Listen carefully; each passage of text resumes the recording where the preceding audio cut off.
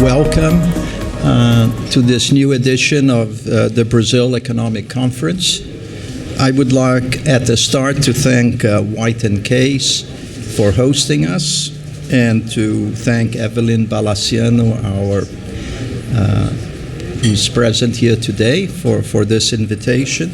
And it's my great honor to introduce to you Ambassador Clifford Sobel. Good morning, everybody. Bom dia. I want to thank the Chamber for everything that you do. There's probably no more important organization in our two countries that bring our countries together, and for that we are all appreciative. My remarks today are significantly different than they will be or would have been only a few weeks ago. I'll quote Minister Haddad in July when the American actions, he said, did not have any economic reality. He called the tariffs and the Magnitsky Act an aggression, it's a pretty strong word, and said they would challenge the United States in courts and elsewhere. In September, after the brief encounter at the UN, he said the conflict, crazy word, was being overcome. Today, I really do think we are on a path of reconciliation. Foreign Minister Vieira will meet with Secretary Rubio in Washington. I think it'll be this Thursday. It may have already been published. Secretary Rubio is absolutely the best interlocutor for Brazil. Given the fact that this is a political issue more than anything else, and the fact that Rubio is also our national security advisor, puts him at the right place at the right time. But I'll also, in a minute, explain why he's also an excellent interlocutor, given his background. The meeting in Washington will be focused more on process, I'm told, not necessarily at this stage on any resolutions. However, the lines are drawn and there is a basic understanding of what the key issues are. The focus this Thursday will also talk about censorship, which is an American concern, a free press, and Brazil's concern, which is really deep, of sanctions on Brazilian banks due to the Magnitsky Act is a real concern to Brazil and could spiral out of control. Lula said it perfectly last week. It's always good for an ambassador, a former ambassador, to quote other people. That way you can't quote me. But he said, this only is the first step in restoring a working relationship and resuming cooperation. Let me assure you, all this did not happen because of a chance encounter, which I believe was not a chance encounter at the UN for 36 seconds. A lot of credit does go to CNI and institutions like the Brazil-American Chamber. The private sector was enormously helpful. The countless meetings on the Hill in government, including the White House, Embraer, Suzano, Caterpillar, GE, JP Morgan, all actively involved. And for those that may have missed the small article, JBS met with the president in the White House for an extensive amount of time. No one of these items turned the tide, but they all showed a collaborative effort that showed effects even before this coming week. All of you know that the 40% of the exports of Brazil have been either reduced or eliminated in the tariff debate. The U.S. also has a very interesting interlocutor here that is not really understood. When a country does not have an ambassador, a DCM, the deputy, becomes what is called a charge.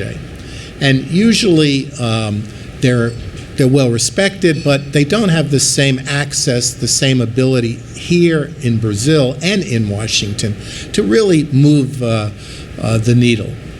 In this case, the charge is Gabriel Escobar, who I've had extensive conversations with. He is not the former DCM. He's been an envoy in many geopolitical issues all over the world. He has been a DCM elsewhere and was on a fast track for an ambassadorship. I'm sure if he survives Brazil, he'll have his ambassadorship quickly. But he's intimately involved, and he's the one who's really on the front line reporting back to Washington what's happening, and I think he's doing a great job. President Lula's team is also committed to building an era of cooperation and partnership. Foreign Minister Vieira was the former Brazil ambassador to the United States. He knows the United States. By the way, your ambassador today, Maria Luisa, is excellent. I think is one of the great ambassadors in the world, formerly at the UN. Vice President Aklamine has been in the papers repeatedly trying to move the agenda forward. I'm not sure, I'm told he won't be in Washington because this is a process meeting, not a negotiating meeting, but anything can change, and for all I know, he will be in Washington. And of course, Minister Haddad was going to be part of the team. He's a little bit distracted with budget issues. I mentioned earlier Secretary Rubio is perhaps best positioned to be the interlocutor. This is a political issue. We all know that the balance of trade was significantly in the United States' favor. But there were other issues that we all know we don't need to enumerate. But what's you all know about Secretary Rubio, despite the skepticism in Brasilia, is his Cuban roots. He is focused on Latin America. And he did something quite extraordinary. When he got nominated, he picked a deputy. Now, you would think with his expertise and knowledge, he would pick somebody that would know Middle East affairs, European affairs, Asian affairs. He didn't. He picked Chris Landau, our former ambassador to Mexico, to be his deputy.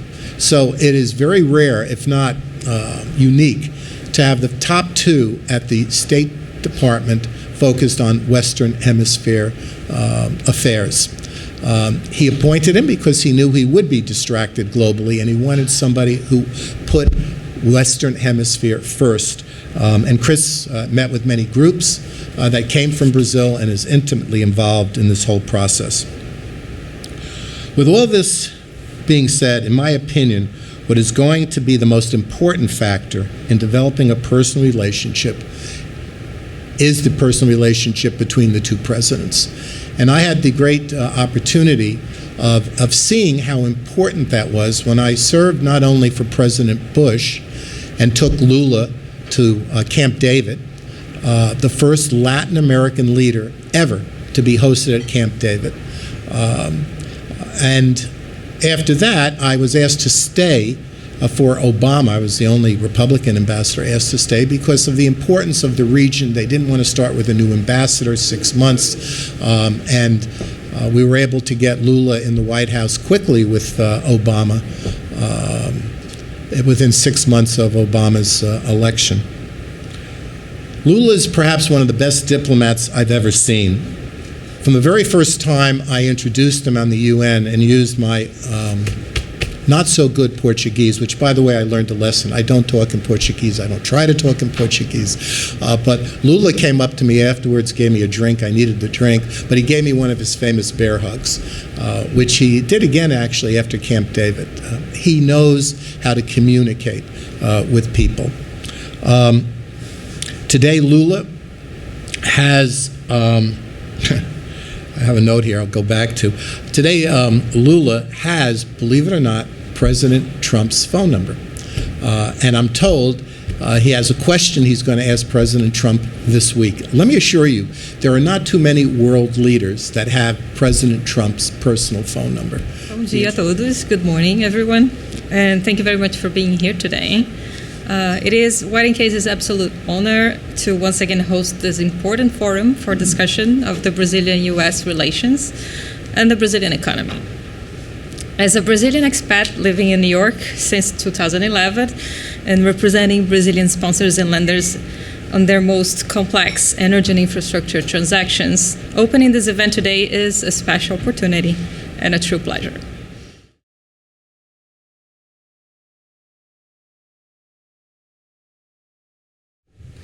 Well, good morning again, and thank you for being here.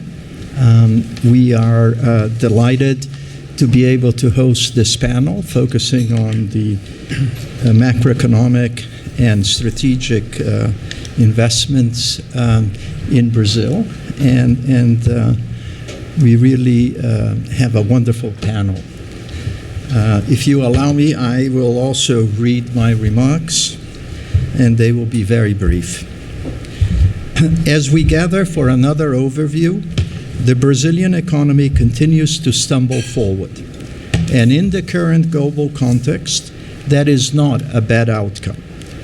Brazilian exporters have succeeded in offsetting lost revenue from the U.S. market. And as Ambassador Sobel just told us, it seems like we are off to a good resolution. The trade-off has been a greater reliance on China as a destination, but certainly the situation could have been worse. The unemployment rate remains unexpectedly low, and real income gains continue to support household consumption. Earlier forecasts of a mild recession have given way to expectations of continued low growth, with a steady investment rate near 17% of GDP. While this is disappointing, especially given Brazil's chronic productivity challenges, such tepid investment has become the country's steady-state norm. There are some positives, most notably the sweeping consumption tax reform, a potential catalyst for greater efficiency. There is also hope for further improvements in the income tax if the tax reform now being debated in the Senate is enacted. At present, however, the significance of this reform is decidedly political. With the trials and sentencing of Bolsonaro and his circle behind us, and following the tumult over Trump's accusations and tariffs, the focus is the elections in 2026. For the Lula administration, a crushing defeat of the proposed tax measures for the 2026 budget, which the ambassador reminded us, followed the near-unanimous approval of the income tax bill in the lower house. The message could not have been clearer. The opportunistic center of the governing coalition, once open to negotiation, is now firmly in opposition and unwilling to endorse spending measures that might enhance Lula's prospects in 2026. For markets, the path ahead seems set. The economy is edging closer to a monumental fiscal cliff, with unsustainably rising public debt and a complex, untenable fiscal framework. The nominal fiscal deficit stands at 8% of GDP and could widen further in 2026, particularly given already elevated real interest rates. Nonetheless, an immediate policy shift looks unlikely, a reality that has been clear since the crisis of December 2024. In the months ahead, battles over control of additional election year spending will intensify at every level of government, with little else likely to be accomplished. The best hope is that the next administration, taking office in 2027, will have both a mandate and a determination to undertake structural fiscal reforms, shifting the country's mindset from crisis management to building a foundation for productivity-enhancing long-term investment. Thank you, Paulo and Drauzio, for the invite. It's always a pleasure to be here with the Brazilian Chamber. I prepared a couple of remarks here, but they will basically repeat some of the points that Ambassador Sobel and Paulo made just now. Unfortunately, as a skeptical economist, I tend to lean a little more on the glass half empty side of things, but I'm hoping that my colleagues here in the panel will help get us into to get the glass a little bit fuller as the panel progresses. But maybe starting with the conclusion, I think the point is that I do not see the conditions in Brazil in the foreseeable future for us to return to interest rates being in the single-digit territory, mainly because of the fiscal story, basically, that we have there. We could get into single-digit rates, but they wouldn't stay there. Like, I don't see the structural conditions for us to unlock that. The over-leveraging of the economy that we see as a result of increasing indebtedness and nominal deficits that continue to escalate is that in the short term, the economy does grow faster. We see stronger domestic demand, and that pushes GDP growth above its potential. Also because potential growth in Brazil, unfortunately, is relatively quite low. So in part precisely because of the deficit we have in productivity growth, the fact that capital investments are repressed because of high real interest rates. There's this negative feedback loop that we see between high real interest rates, low growth, and fiscal expansion. And we are currently stuck in one of those where the economy is growing above potential, a potential growth that is low, which puts pressure on an already tight labor market. Wages grow well above productivity gains. Wages growing should be a good thing, and it typically is a good thing, but not if it's not accompanied by gains in productivity, because sooner or later that becomes inflationary pressures, which are present in Brazil. So in this environment of growth exceeding potential because of the fiscal largesse, we see inflation not converging to its target. We see the current account deficit widening because domestic demand is stronger than it should be otherwise, to the point that external resources are used to meet those needs. I think to stabilize debt that has been growing on for over a decade now, an adjustment of about 2 percentage points of GDP would be needed. That means 250 billion reais in the budget that needs to be found.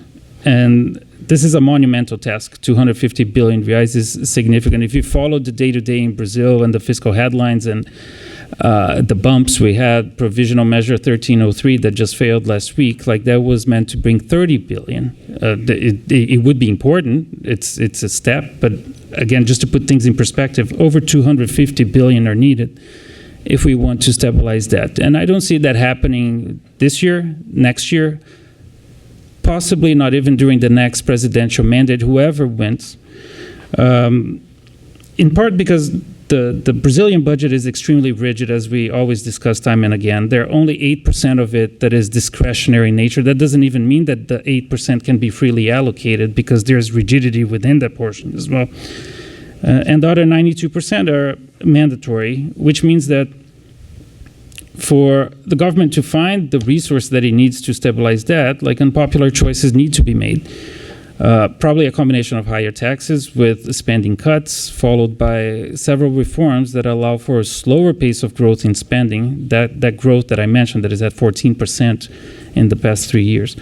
But I do not detect a high level of commitment from Congress at this point on that front. So the president, again, whoever that is, would have to be willing to lead that effort. Just to conclude, I think in terms of growth in Brazil, we expect the economy to continue to slow down this year, mainly because of how tight monetary policy has been. So growth coming from 3.4% last year to 2.1% this year to 1.7% next year in 2026, which is more or less closer to what I see as a potential growth in Brazil, something between 1.7% and 2%. We're coming from 3 years of much faster growth in 2022, 3 and 4, well above 3%.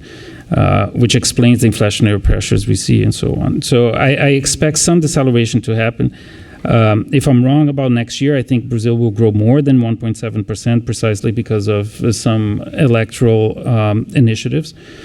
And I also because the labor market continues to provide an important source of support for consumption. So and the flip side of that is resilience to inflation, right? The diagnosis that Roberto gave us is pretty, clear that that's the dynamics of the Brazilian economy. I'll just add one thing, that while the pandemic was, from a human aspect, terrible, the environment of low interest rates with a fiscal expansion and high inflation that came after that cleaned up balance sheets generally from the private sector at the expense of the public sector.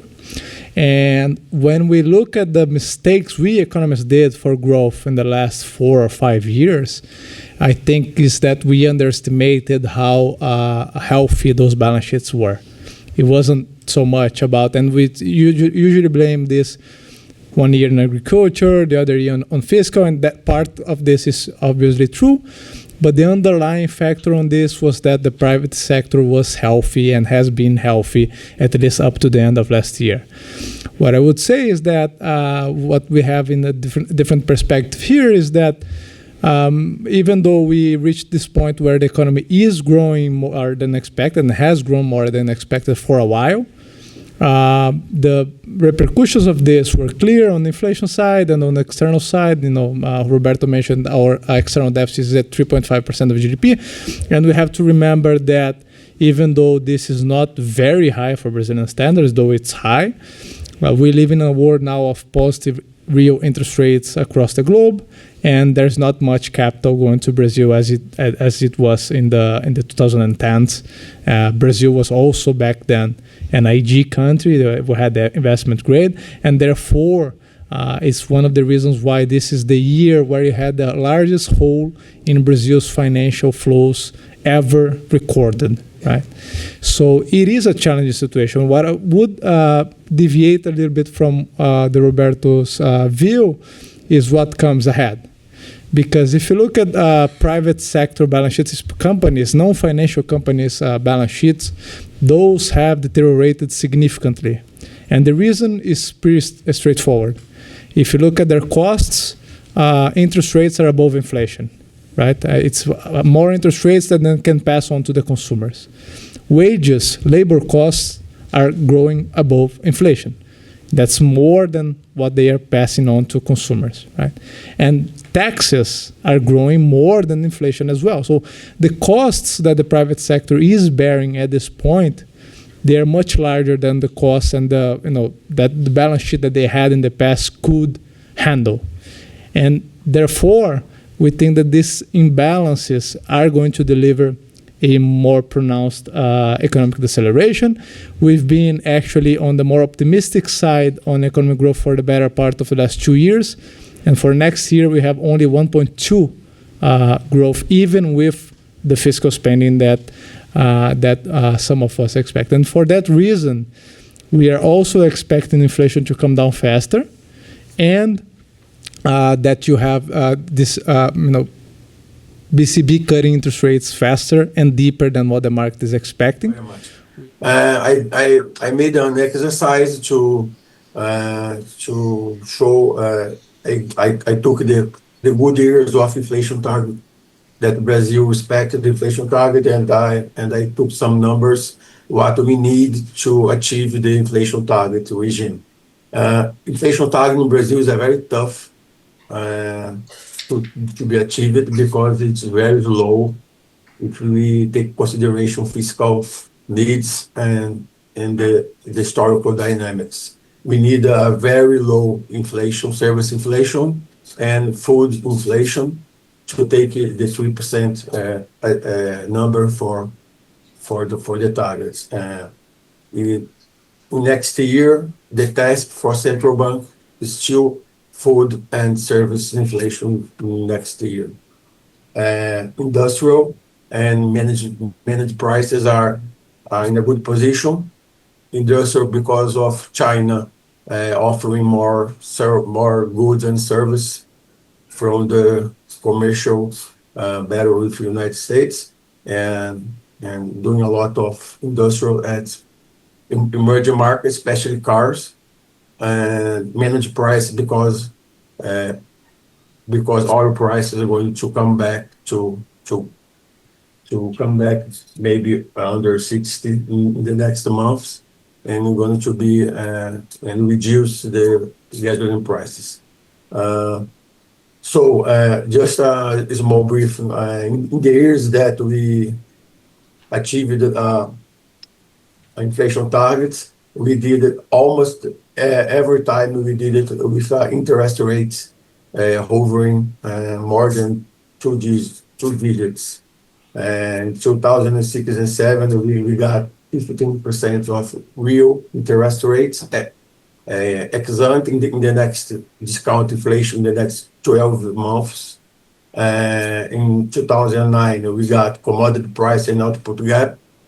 In 2017, 2018, we got again a huge interest rates, almost 9 to 10%. And now we got a huge, again, real interest rates of 11%.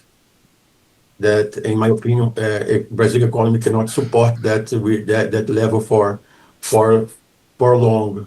And we got at the same time, America, the not strong dollar, a weak dollar is going to help, is going to continue help our inflation dynamic. If you take a look at the real interest rates, we are at a very high level. That is, as Vinicius told and the other colleagues, is going to reduce inflation and reduce activity in the next year. The big task in Brazil for reducing the inflation of service inflation is the labor markets. We made an important survey here in Brazil. They asked the service sector, how difficult it is to hire someone. And for almost 40% says that the big issue for growing is to find someone to work. That's the biggest problem now for inflation. But as the same service shows, the service sectors is becoming more is not optimistic anymore. They are expecting to reduce the sales in the next months, and this gap between the expectation of sales from the service sectors and these labor markets are suggesting that we are very near to a layoff period. Thank you, Paulo. Thank you for inviting me for this conference. It's a pleasure to be here. Good morning, everybody. Yeah, so I'll try to be a little more bit on Brazil. I'm also an economist and understand perfectly, the concerns of my colleagues, and I'm concerned too. But somebody has to try to give some better prospects. So, well, first of all, Brazilian equities are doing very well this year. Equities are up like close to 40% in dollars, which is great, but has nothing to do with Brazil, by the way. All markets in the region are up by similar numbers. I mean, you see Mexico up close to 40%, Chile up close to 40%, Colombia even more. And they're very different countries with very different situations and issues. And what is driving really this performance is a rotation out of the U.S. You have a lot of money concentrated in the U.S. and some money with all these different policies by the newly elected government in the U.S. Some of this money is looking for some diversification in other markets, and we have been benefiting from that, similarly to other emerging market countries and our peers in Latin America. So we know good that we are up that much, not because of Brazil, but because of the global environment. When we look at valuations in Brazil, they are cheap. Brazil is trading today at, I'll give the number, but might not mean much, but we are trading at 9.4 times PE, excluding Petrobras and Vale. If we add Petrobras and Vale, is around 8.4 times PE, which is cheap. Right, it's a 1 standard deviation below average. Even after the 40% performance this year, it's still 1 standard deviation below average. So for whoever is looking at emerging markets and looking for cheap countries and cheap valuations, they will find that in Brazil. When I say cheap, looking only at PE is one way to look at that. But then and then we go back to being a little gloomier. When we compare these to long-term interest rates in Brazil, which are very high, right? We have long-term rates that are, last time I looked, it was around 7.7%. In that ballpark. When we adjust the P for that, then the premium to own equities in Brazil today is small, right, compared to the long-term rates. It's on average, it's in line with average, which doesn't, maybe leave much room for an improvement unless long-term rates fall, which, based on the fiscal forecast, it's not what we would expect to see unless there is a big change to the way either this administration, which is unlikely, or the new one tackle the fiscal situation, right? It's also interesting to note that the long-term rates in Brazil also usually behave looking at what happens to long-term rates in the U.S. Long-term rates in the U.S. have been coming down lately. It's around 1.7% real rates. But the rates in Brazil are not coming down. They're going the other direction. They're going up a little bit. So the premium between long-term rates in Brazil and long-term rates in the U.S. have been widening. It's around 6 percentage points now, which again, it's the negative side, it's very high. The positive side, it's very high. And, if we do something right, it might come down. So that's what we're hoping to see. Maybe some change to the political, to the fiscal, the way this, even if this administration is reelected, that they'll have to tackle the situation eventually, right? Otherwise, things will blow. I think one thing that is important to see too is we have an easing cycle starting in the U.S. Right, rates were cut 25 bips in September. We are expecting another cut now in the next meeting. This usually helps emerging market countries, right? So what we saw already in September after the first cut was a record amount of money flowing into GEM funds, global emerging market funds, in September. We believe that as rates continue to move down, more money will flow into global emerging market funds. Usually, Brazil being an emerging market, we benefit with part of that money coming into Brazilian equities. We saw that in September. In October now, even though the money continues to flow into emerging market funds, we saw outflows from Brazil, and mainly, I think, because of the fiscal situation again. I mean, there are some announcements. The latest one that I think spooked everybody was this announcement that maybe the government will look to freeze bus tariffs, right, which would cost so much money. It would cost so much money that I don't think it's doable. But anyways, everybody gets afraid of this type of announcements. So I think that had a negative impact on flows in October and on the equity markets also. One thing that, we have the easing cycle in the U.S., and we hope to see the easing cycle start in Brazil also soon. I mean, there is I think today market consensus that the easing will start in January next year. We have to view everybody thinks rates will come down. Roberto is a little less optimistic with how much rates can come down. Vinicius is a little more optimistic. We are in between. We have 12% rates by the end of 2026, which would be a 300 bips reduction to rates. And that has a very positive impact on domestic companies' earnings. So the companies that are basically selling goods in Brazil that usually leverage up or take that on linkage to the Selic rate, these companies tend to benefit from lower rates directly just by paying less interest expenses. So we made a quick estimate on how much earnings would go up for these companies, these domestic companies, for every 100 bips reduction in the Selic rate, and it's about somewhere between 4 and 5% increase in earnings.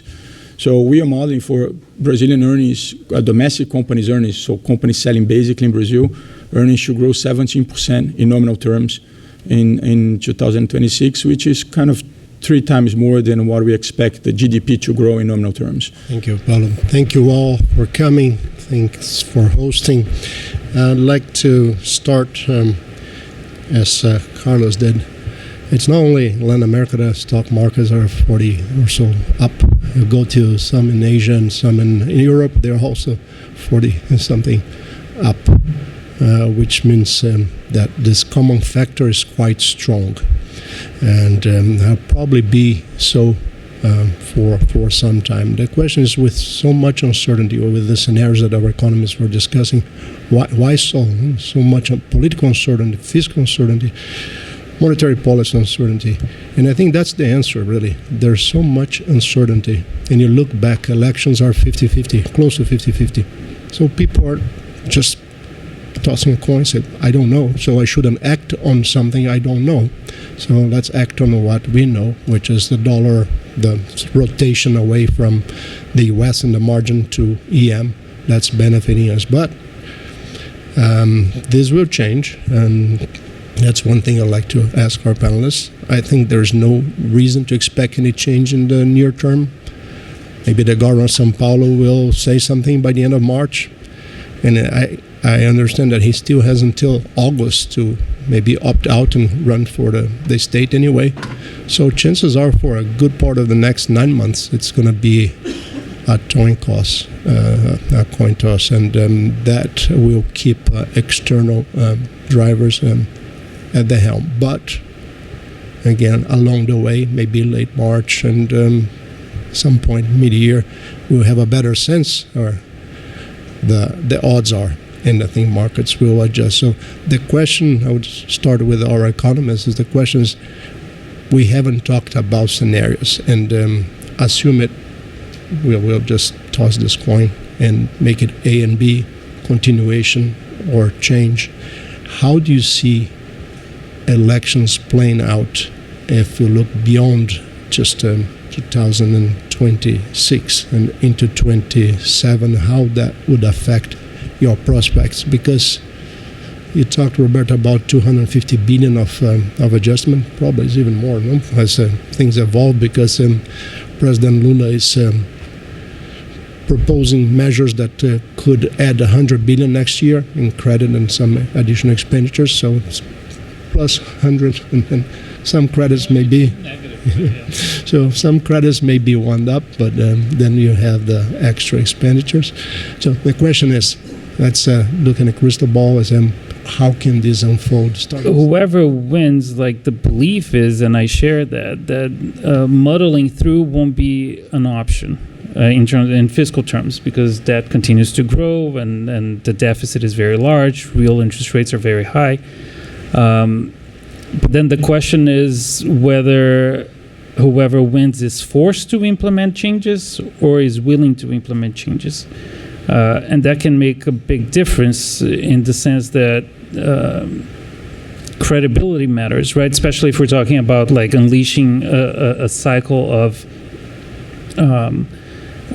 market optimism. And we've seen with this administration, actually, there was a lot of skepticism about delivering the primary targets, the primary fiscal targets in 2024, 2025. 2026 is a question mark. But 2023, 2024, they were delivered. 2025, the target will likely be delivered. A target that does not stabilize debt. But there were questions there. And they did the right thing, and they kept pushing for the measures that would allow the delivery of the target. But by the time it was delivered, it was too little, too late. Markets had already moved on. Like, the delivery of those targets did not buy the credibility that would have been necessary. So it is very important, I think, to differentiate between the paths that bring us there. So even if the muddling through is not an alternative, the approach, whether it is proactive or reactive, can make all the difference in terms of how the scenarios play out. I think Roberto's views are in line with what we would be saying here. What I would entertain here is the possibility that we have an outsider. And I say this because, the leader of the opposition cannot speak and won't be able to run. And so far, he hasn't been very vocal on who he would support. And there's indications in the press that is even some conflicts within the right-wing camp, his family, as you mentioned, Tarcísio, other politicians from the centrist party, on who would run under a Bolsonaro platform. And I bring the case of the São Paulo city mayoral elections, where you had a leftist candidate supported by President Lula. You had a center-right candidate he had the support of Governor Tarcísio, and a very soft support from President Bolsonaro. And what happened is that in the end, you had an outsider very much behaviorally like Bolsonaro, that almost made to the second round. And if he made to the second round, the polls were suggesting that he would be able to get elected for mayor. So I think there's now this election is it can be open depending on how the opposition functions.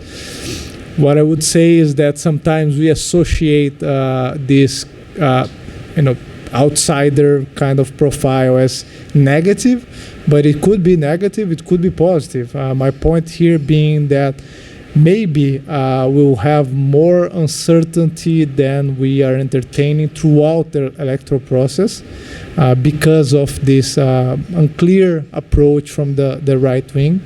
I think it's clear that the centrist parties, they want to get together with a single candidate, but obviously here the kingmaker tends to be former President Bolsonaro, who still is the leader of the opposition, and in this sense, what he does or he doesn't do, it's gonna shift the probabilities on these scenarios of who can win and who can run under the platform of opposition of President Lula. We do a lot of visiting banks and assets here, and I'm going to say my colleague here, José, view. If it's going to be left PT, we're going to see more of the same, more expenditures, fiscal imbalances, high rates, and low artificial inflation. But when we did a roadshow in the last months, funds and assets and banks, they are high conviction of Tarcísio. I think it's quite different of that we hear before, but the market has a high conviction of Tarcísio, and because they think that is the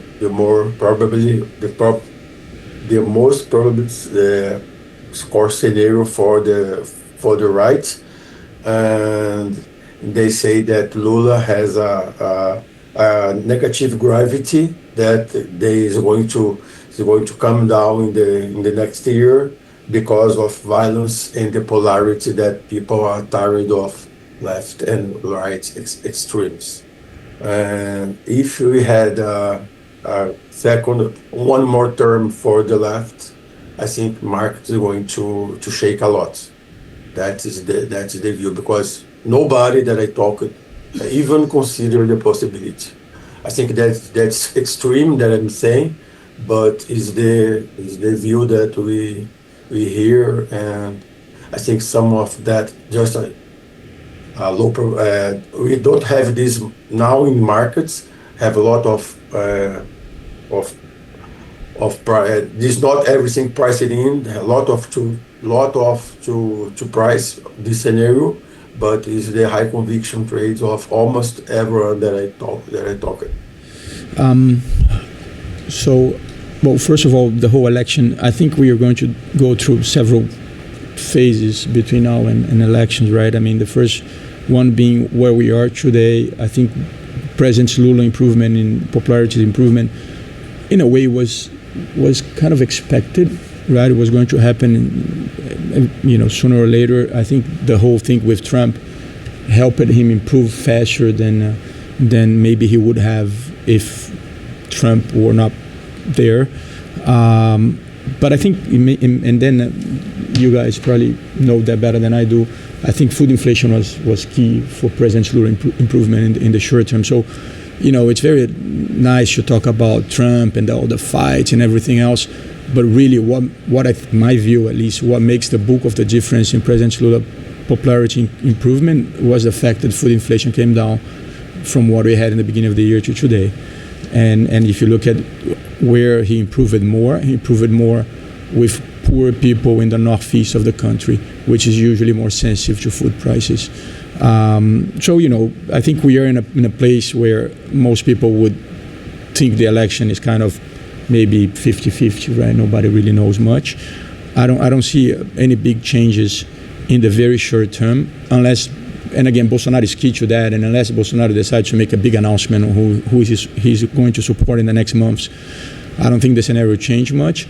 And then we are back to rates, right? I mean, rates fall in the U.S., rates fall in Brazil. I think equity prices might continue to react to that, or either if it's sooner or later or more or less intense, the cuts, I think equities will probably react to that. Earlier next year, there is a very important date, which is April next year, when the governor of São Paulo, which is the main, or at least the candidate that most of, at least us at Faria Lima would cheer for, which is the governor of São Paulo, running. He has to make a decision by April whether he runs for re-election, which is an easy re-election. He would be easily re-elected governor of São Paulo, or if he abandons the government, to run for president. And I think that he will only do that, or only run for president, if he has a full support of the Bolsonaro family, which we never know, right? Bolsonaro, but the decision-making process of the Bolsonaro and the family is, I don't think anyone knows how it works. So we don't know what happened there. But I think it's a key date. So I think if Tarcísio decides to leave office to run for president, I think market price will react positively to that. And then we'll go back to polls and looking how he performs and all. Okay, very good. We are 5 minutes past, and with that, I'd like to thank our panelists for the excellent presentations.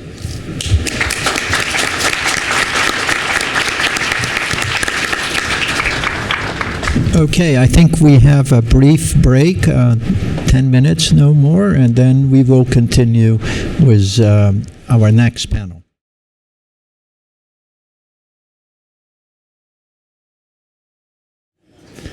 With such distinguished panelists here by my side, I'm going to lay down a few opening remarks to set up the discussion. And if you allow me, I'm going to read some of these remarks. So tariffs can be significant and have significant sectoral impacts. But we at Bradesco, we feel that the overall impact doesn't seem that bad. To illustrate this, I brought a few slides to give a little bit of what we're seeing. And on this first slide that is projected, that was prepared by the Bradesco Macroeconomic Research Department in Osasco, São Paulo, it shows that it is not that relevant, the amount of our exports to the U.S. So Brazil has, give or take, $350 billion of exports per year. And to the U.S. markets, slightly above 11%, which roughly that's about $40 billion per year. So, and the most relevant market by far is China, and which represents about $100 billion per year. So with no other markets representing more than 4%. And when you look at the pizza chart on that is projected, there's a very important 19% of this is oil and derivatives. That has been a growing sector. Iron ore is 16%. And all other sectors, they are not more than 8%, being aircrafts and the Embraer jet, 7% of the export. So it's pretty diluted, and which makes it a comfortable export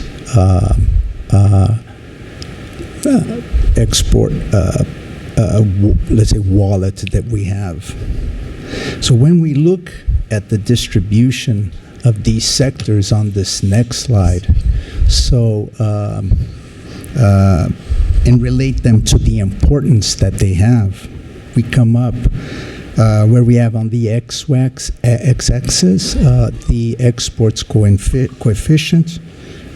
So that's, in other words, the relevance that these exports have in relation to the total sales of the companies and of production of Brazil. And on the y-axis, the dependence of this on the U.S. So you can, looking at this chart, you don't want to be on the first quadrant where orange is right now and coffee is. So you want to be more on the second or the third quadrant where most of the sectors are. So we are in pretty good shape when it comes to exports to U.S. once again. And so the red dots is where there were recent exemptions to the tariffs.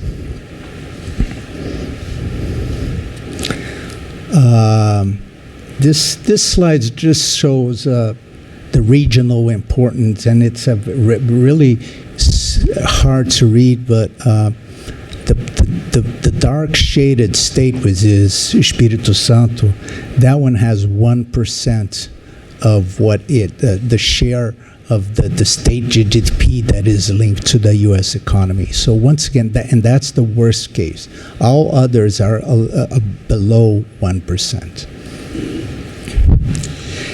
So our outlook for this impact of the tariffs is when you looking at this chart like a timeline. So you see on the first scenario, when Trump, whatever Trump announced on Liberation Day, that's the first scenario right there, from left to right. So we had a $2 billion in export impact on exports, around 1% on the depreciation of our currency, and not that relevant impacts on our inflation and on our GDP. Then second scenario was the new tariffs that were imposed. Then you had, on the third scenario, exemptions that were announced, which were these, the previous chart of the red dotted. And the fourth scenario would be the current situation with the sectors that were impacted being redirected to other markets, which would mitigate. So we see our current, what the Bradesco outlook is, somewhere between 3 and 4, where that blue arrow is, where the depreciation of the currency has to be no more than 4%, somewhere between 1.7 and 4%. This is it's just like an exercise in which how much does our currency has to depreciate so that other sectors can become as competitive and offset the impact of the tariffs. And when you come to the impact on our inflation and on our GDP, notice how it's very slight. So it's 20 bips on inflation, not more than 20 bips, and a reduction in our growth in not more than 30 bips on the GDP. So it's not relevant once again. So over the years, in the past, the Congress has authorized the president to impose duties or tariffs under certain limited circumstances. But the Trump administration came into the second term preloaded, ready to go with a plan to really maximize the use of those statutes and to apply them in ways that nobody ever considered possible or dreamed of doing before. And their actions sort of fall into two general buckets, I would say. The first is under the International Emergency Economic Powers Act of declaring emergencies. So Trump has declared a number of emergencies relating to fentanyl, trade deficits, et cetera. and use that as a basis for imposing tariffs. The second thing they've been doing is to use national security concerns as a basis to impose duties on particular sectors of the economy. So the first bucket of duties in the press people are referring to as IEEPA duties typically. The second bucket people will refer to as Section 232 duties or sectoral duties. The first bucket was super attractive when they came into office because they wanted to, as I say, move very quickly. And under those statutes, the ones that apply to IEEPA, there's really no process that's attached to imposing duties. The president makes a decision, he signs an order, the tariffs get imposed. The second bucket moves slower, so it's been less attractive to Trump, and it has received less press. But the Section 232 investigations and Section 301 investigations, some of them have already resulted in tariffs, but others are ongoing and will result in tariffs. And I think to some extent the latter group has not been as much on people's radar screens as they should be. So what does all this mean with respect to Brazil? You have basically four buckets currently of duties that I would point out. So we have the IEEPA duties. There's something called the baseline, which is the 10% that Brazil currently faces. That applies to every country in the world. For most countries, you have a second tier to the IEEPA duties, which is called the reciprocal tariffs. Brazil was given a zero reciprocal tariff at this point because, generally speaking, the trade balance between the United States and Brazil is quite strong, as Eduardo pointed out on his slides. That could change. You have a different sort of IEEPA duty with a different emergency being declared by the president with respect to different political issues in Brazil. And that emergency was the basis for the 40% tariff, which applies to Brazil at this point. So between the 10% baseline, the 40% second IEEPA tariff, you get to 50% right now for Brazil. But importantly, you also have the Section 232 tariffs of 50% that apply to the steel and the aluminum sectors at this point. And both of those sectors for Brazil are big sources of trade surpluses. I can tell you from the clients that we work with in Brazil that many of the steel and aluminum producers have essentially put exports on hold, or they've substantially limited or reduced them. It's possible at some point that the duties will be offset by substantial price increases in the United States that will allow them to finance those additional tariffs, but at this point that's not the case. So in certain sectors, the tariffs are having a really substantial impact. The other point that I wanted to mention are the Section 301 duties that may go into effect for Brazil. So in July, the president initiated what's called a Section 301 tariff investigation to study various practices or policies of the government of Brazil that he claims are unfair in terms of their impact on U.S. exports. And there are a wide variety of allegations that were included in that investigation relating to intellectual property violations, preferential duties given to other countries, impediments to digital services, illegal deforestation. So that investigation is ongoing. People submitted written comments. In September, I believe, there was a hearing. So at this point, the administration is in the process of considering what, if anything, they'll do as a result of the Section 301 investigation. But it's possible that additional duties will be imposed. The president seems to like increments of 25 percentage points, so it could be 50, it could be 75, it could be 100. We really don't know. But we think that will be announced in the springtime.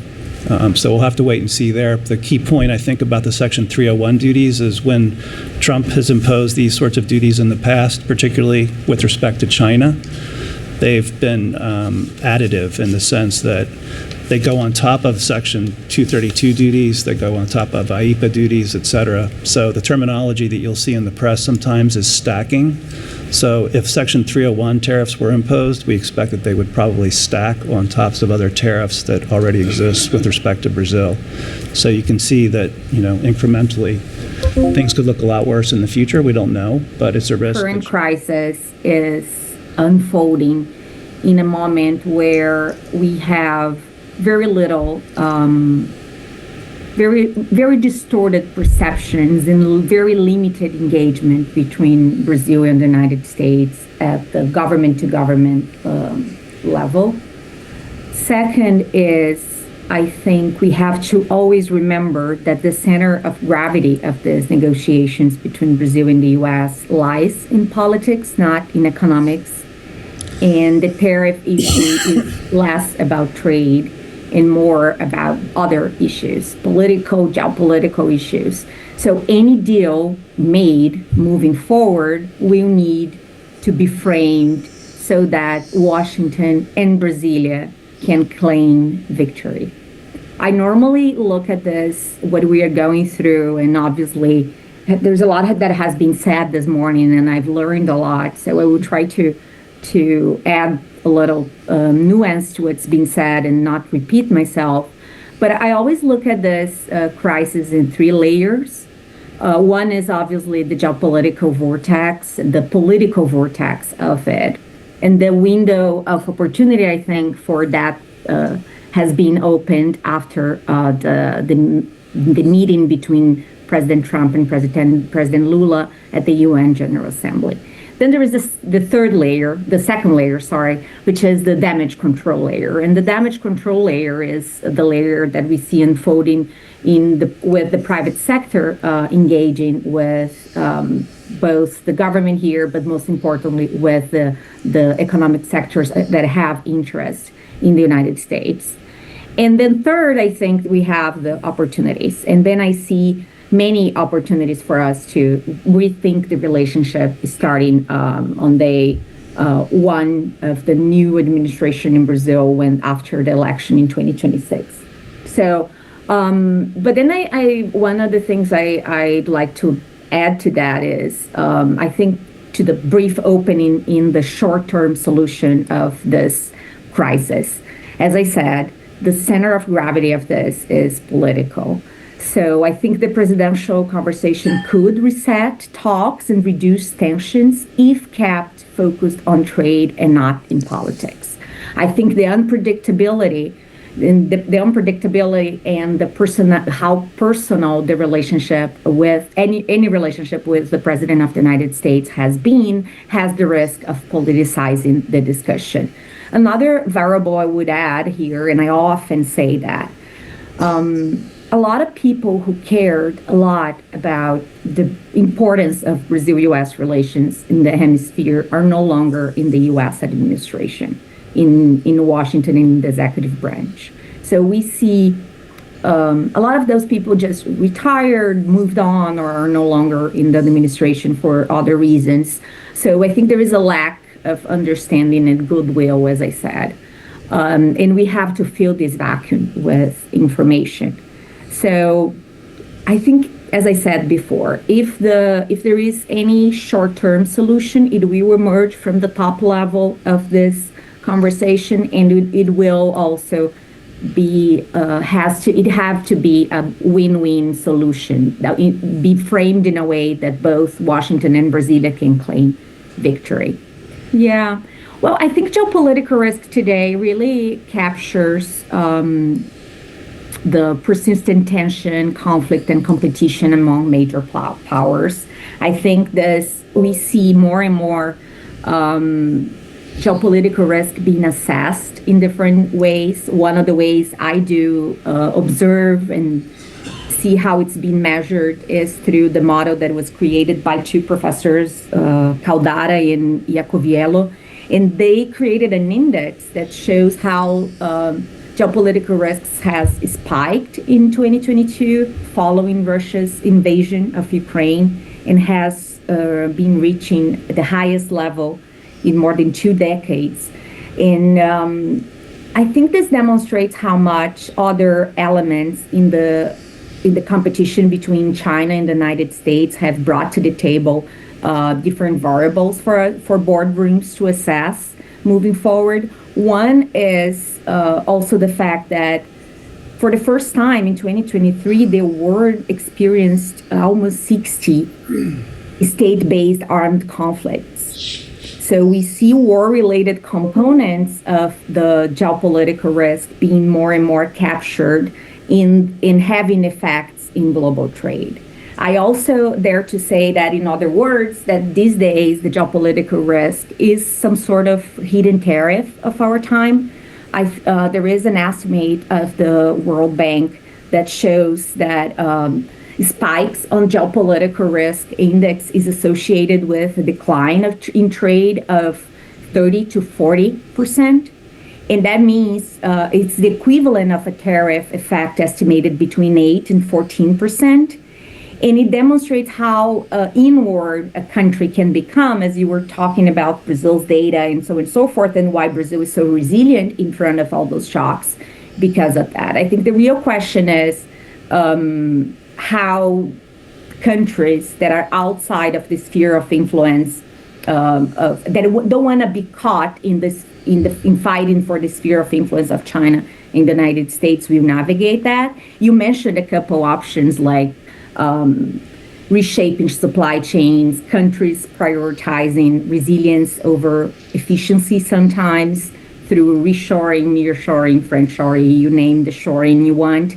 But I think that the key question is also how the boardrooms are weighing those geopolitical risks and making decisions on whether or not to cater supply chains for one bloc or the other, or to its internal market. So I think that's one important question for us to ask. The other is obviously how we are going to diversify and build resilience through trade agreements, and how we are going to maximize those trade agreements in order to achieve that.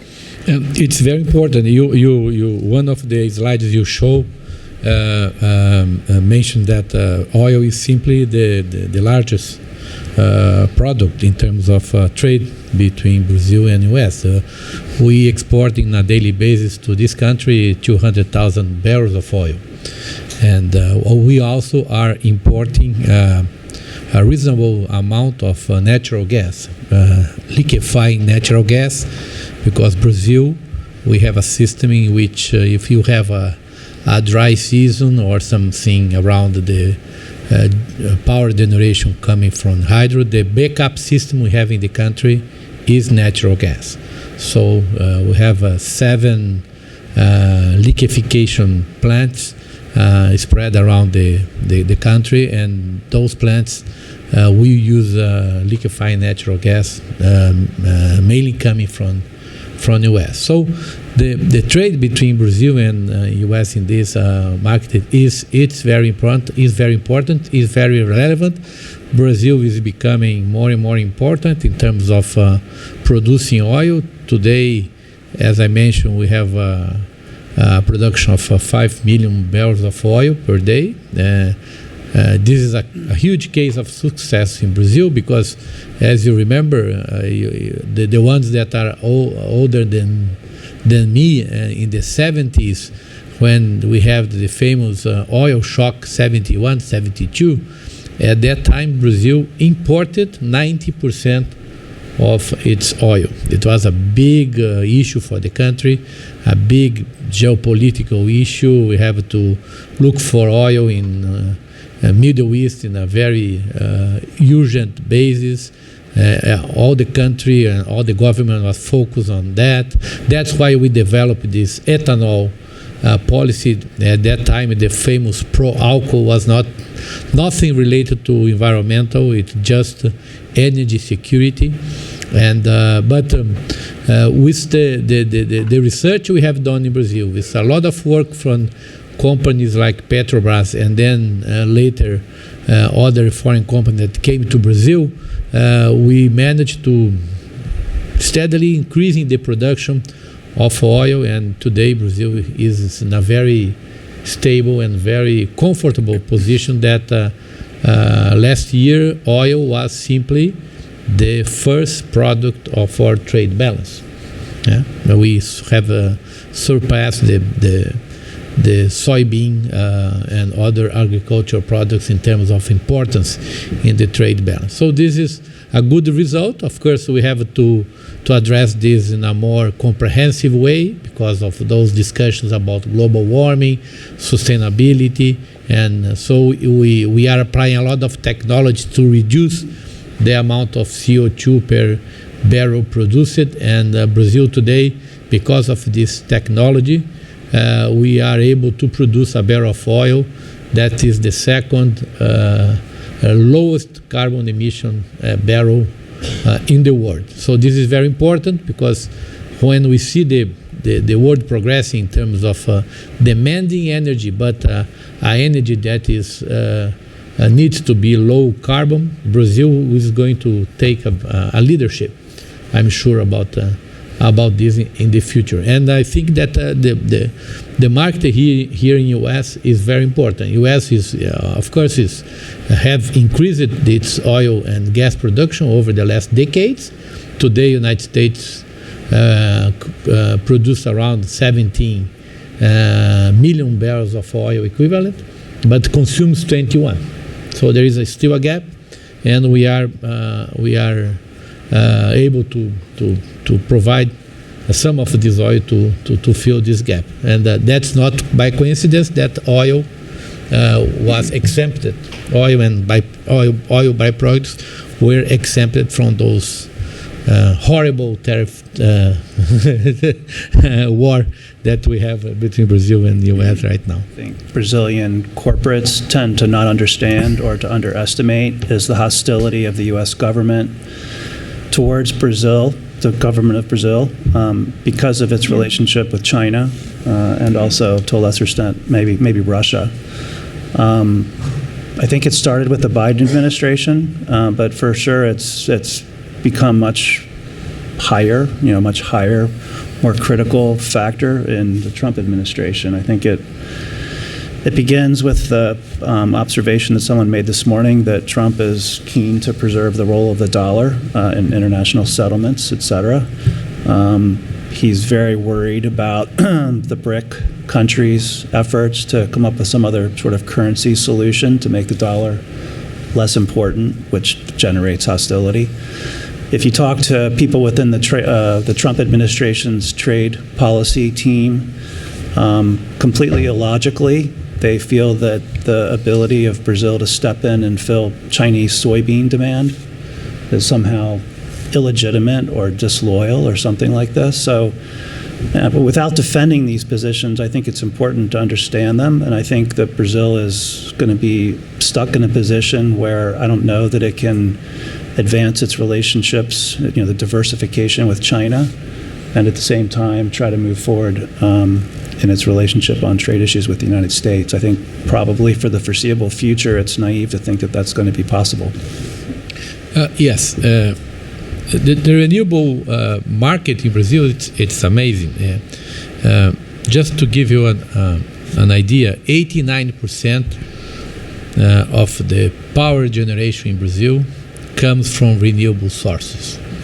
89%. And in some of the months of last year, we reached 90% of the power generation in the country coming from renewable sources. Basically, hydro, that is very traditional because we have big rivers, big dams, but also very important, the solar source, the wind source, and the biomass source.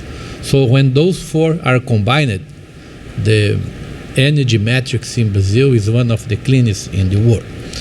And but we have issues in the country, and the issue is long-term planning. Why I'm saying that? Because energy, power is a molecule. You have to transport the molecule, and you need distribution lines. You need a network, a grid, in which you can have this energy produced in some place in the country, but consuming in other places of the country. We have a good grid that was developed by Brazil during the 50-some years ago, but still they need a lot of investment, and those investments were not made. And we do have a situation right now that we have a renewable source of energy producing energy, solar and wind, but have no consumer. This energy is lost especially during this some time of the day. And connecting this debate with the United States, there is one issue that is important, that is, I think it is going to be part of this next round of negotiation. It's ethanol. This country is the largest producer of ethanol in the world. Ethanol coming from corn. Brazil, 70% of our ethanol is produced by sugarcane, very traditional. You remember the Portuguese, they occupy Brazil for producing sugar, using sugarcane industry. They developed this industry, and we switch the plants from sugar to ethanol, but it's a very long 500 years industry we have in the country, and traditionally located in the north part of Brazil, northeast. So talking about the state of Pernambuco, Alagoas, and this particular part of the ethanol production industry in Brazil, they lack efficiency. They produce ethanol. It's traditional, but they are not as productive as the industry in São Paulo, Mato Grosso, that is much more using of equipment. The land is flat, so you can use different machines for harvesting and planting, etc., that you cannot use in that part of the country. And there is a big complaint from the United States that we imposed some tariffs. So it's one of the few cases in which Brazil really put a very high tariffs on imported ethanol from the U.S. And I'm sure that this issue is going to be part of the discussions, and this will create some issues for the local producers, especially in Pernambuco and Alagoas, because there is an understanding that they cannot compete with ethanol coming from the U.S., and they are going to face a lot of difficulties. And but looking a little beyond this current crisis, where do you see the most promising opportunities to deepen the Brazil-U.S. relationship in areas such as energy, green transition, technologies or services? And if I can follow up on that, what would a healthy and sustainable new balance of Brazil-U.S. trade relation look like moving forward? Okay, so I think many of the issues have already been said. So I think sustainable agriculture and energy is obviously one point. In the agriculture space, obviously we are competitors, but there is opportunity for, as I said before, bio-inputs. And then you have all the avenue around biodiesel and biofuels, sustainable aviation fuels, especially with the demand being driven with the U.S. And Europe, obviously. But Brazil has the feedstock for that. As I mentioned, I think rare earths and critical minerals have tremendous opportunities. Again, investment in processing these critical minerals is where there is the advantage for the United States. Very often we see that last year we saw DFC's presence and investment on a critical minerals project, but very often we see some of those focuses being only on avoiding the access of China to those raw materials instead of understanding how Brazil might play a role in those critical supply chains. So I know it's very hard, but it's very important, I think, for the future of Brazil-U.S. relations, for us to look beyond the C word, China, as a central element here. I always remind people 78% of the world population lives outside the U.S. and China, and Brazil is an important bridge with the rest of this world. So if we don't move beyond that, we might get stuck and lose a lot of the opportunities that we have for this important bilateral relationship. I think, as I said before, I think there are so many interdependent sectors, and especially in the intra-company trade, that we see so much of interdependence between both countries, and those stories need to be told.